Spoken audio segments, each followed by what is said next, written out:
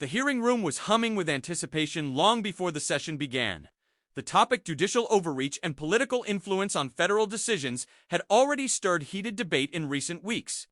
And today's exchange promised more. Fire! In one chair sat Senator Josh Hawley, known for his sharp-tongued, performative grandstanding and ability to steer attention his way. Across from him sat Representative Jasmine Crockett, newer to the stage, but no less fierce, and with a legal background that made her an increasingly formidable figure in the House. Asterisk, as the hearing was called to order, all eyes drifted to the confrontation. Many in the press had whispered about. Hawley had made comments days earlier, insinuating that Crockett and her colleagues were part of a radical movement to manipulate the judiciary. He hadn't expected a direct confrontation, but Crockett had taken note and she was ready. Hawley opened his line of questioning with a smug tone, leaning into the microphone. Representative Crockett, perhaps you can clarify something. Do you believe it's acceptable for members of Congress to publicly pressure judges to influence their rulings? There was a pause just long enough to let the tension stretch. Crockett smiled slightly and leaned in.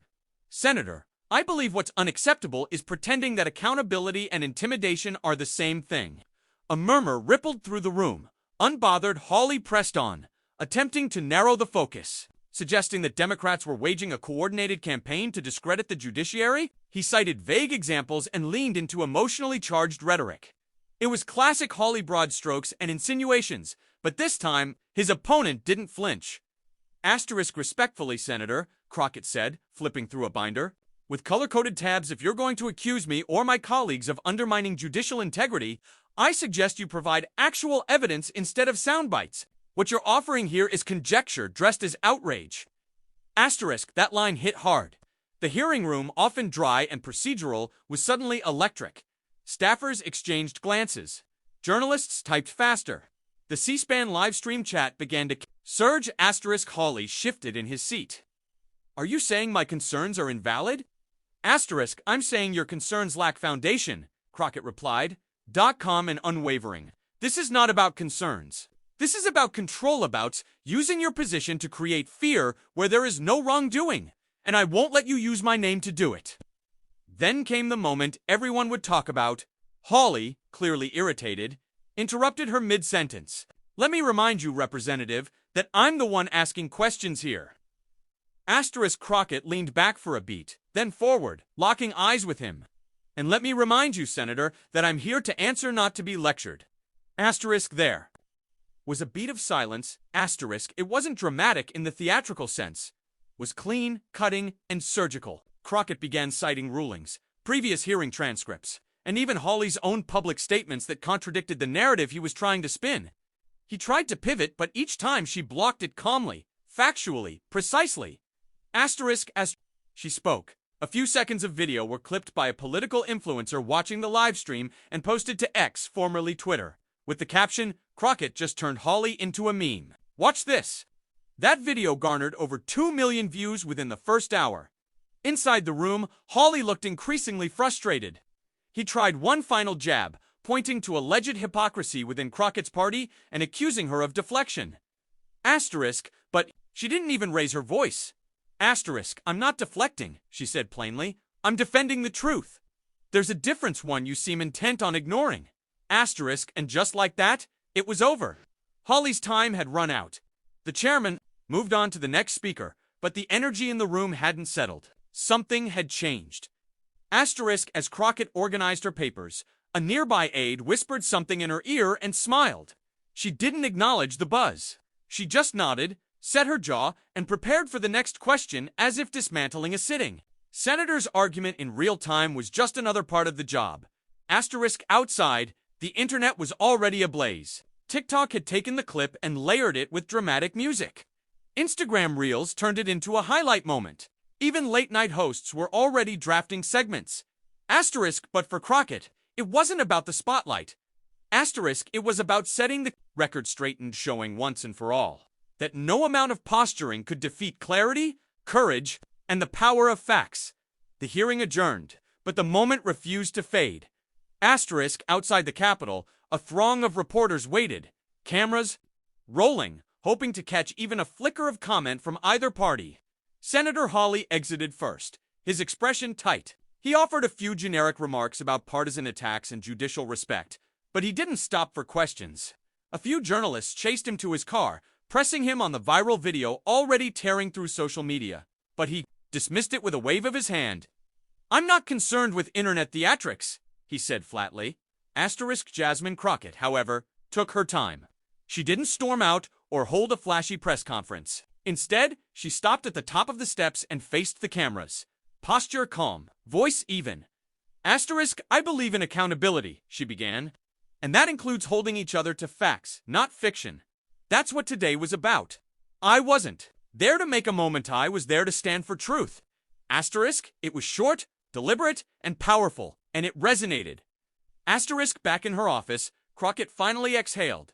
She wasn't one to gloat, but even she had to admit that the energy in the room had shifted. Her staff crowded around a laptop, watching different edits of the confrontation, some with dramatic music, others with playful captions like "Josh Hawley versus the law, he lost." One TikTok had racked up 5.2 million views in less than 12 hours. "You're trending on Twitter," her communications director told her. "Every major outlet is quoting your takedown." "Let them quote the facts," Crockett replied, her tone still grounded. "Let's make sure they get the full story, not just the viral bits." But the viral bits were doing their job. Political analysts weighed in. MSNBC aired the full exchange with a panel of legal experts praising Crockett's discipline. Even commentators who usually skewed conservative acknowledged that Hawley had underestimated her. "He walked in thinking it would be a quick win," one said on air, and she dismantled his argument without even raising her voice. In the days that followed, Crockett's inbox filled with messages, some from colleagues thanking her for speaking out, some from law professors applauding her clarity, and many from everyday citizens who felt seen. One message stood out. It was from a high school senior in Missouri who wrote, "I've never paid attention to politics before, but I saw you stand your ground against someone from my state. You made me believe we can actually speak truth to power and win. Thank you, Crockett." Reread it 3 times. While public support soared, things were more complicated behind closed doors. Some senior members of the House voiced concerns about the optics of young lawmakers going toe-to-toe with senators. But others rallied behind her, pointing out that Crockett hadn't just survived the moment, she'd owned it. Meanwhile, Hawley's team scrambled to shift the narrative. They issued a statement painting Crockett's remarks as needlessly combative and disrespectful to the Senate's institutional authority. But the public wasn't buying it. Too many had watched the clip for themselves. Too many had seen the moment where, in real time, a senator with years of political experience faltered under the weight of someone who refused to be intimidated. The confrontation became a talking point across the country. College debate teams analyzed it. Podcasts picked apart every second of the exchange. Memes flourished.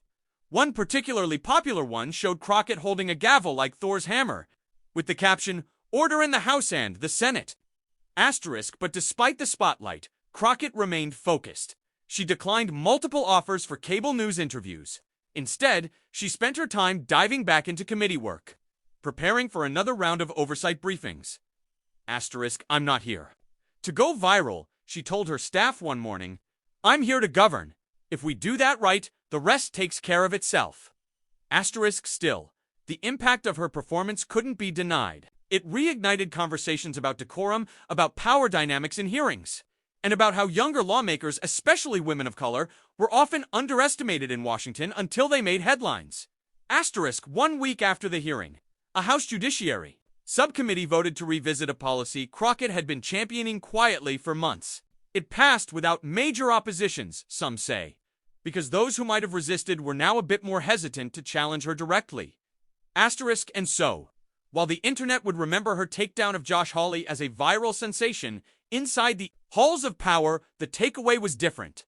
Jasmine Crockett wasn't just a headline. She was a smart, composed, unshakable. And Washington had been officially put on notice.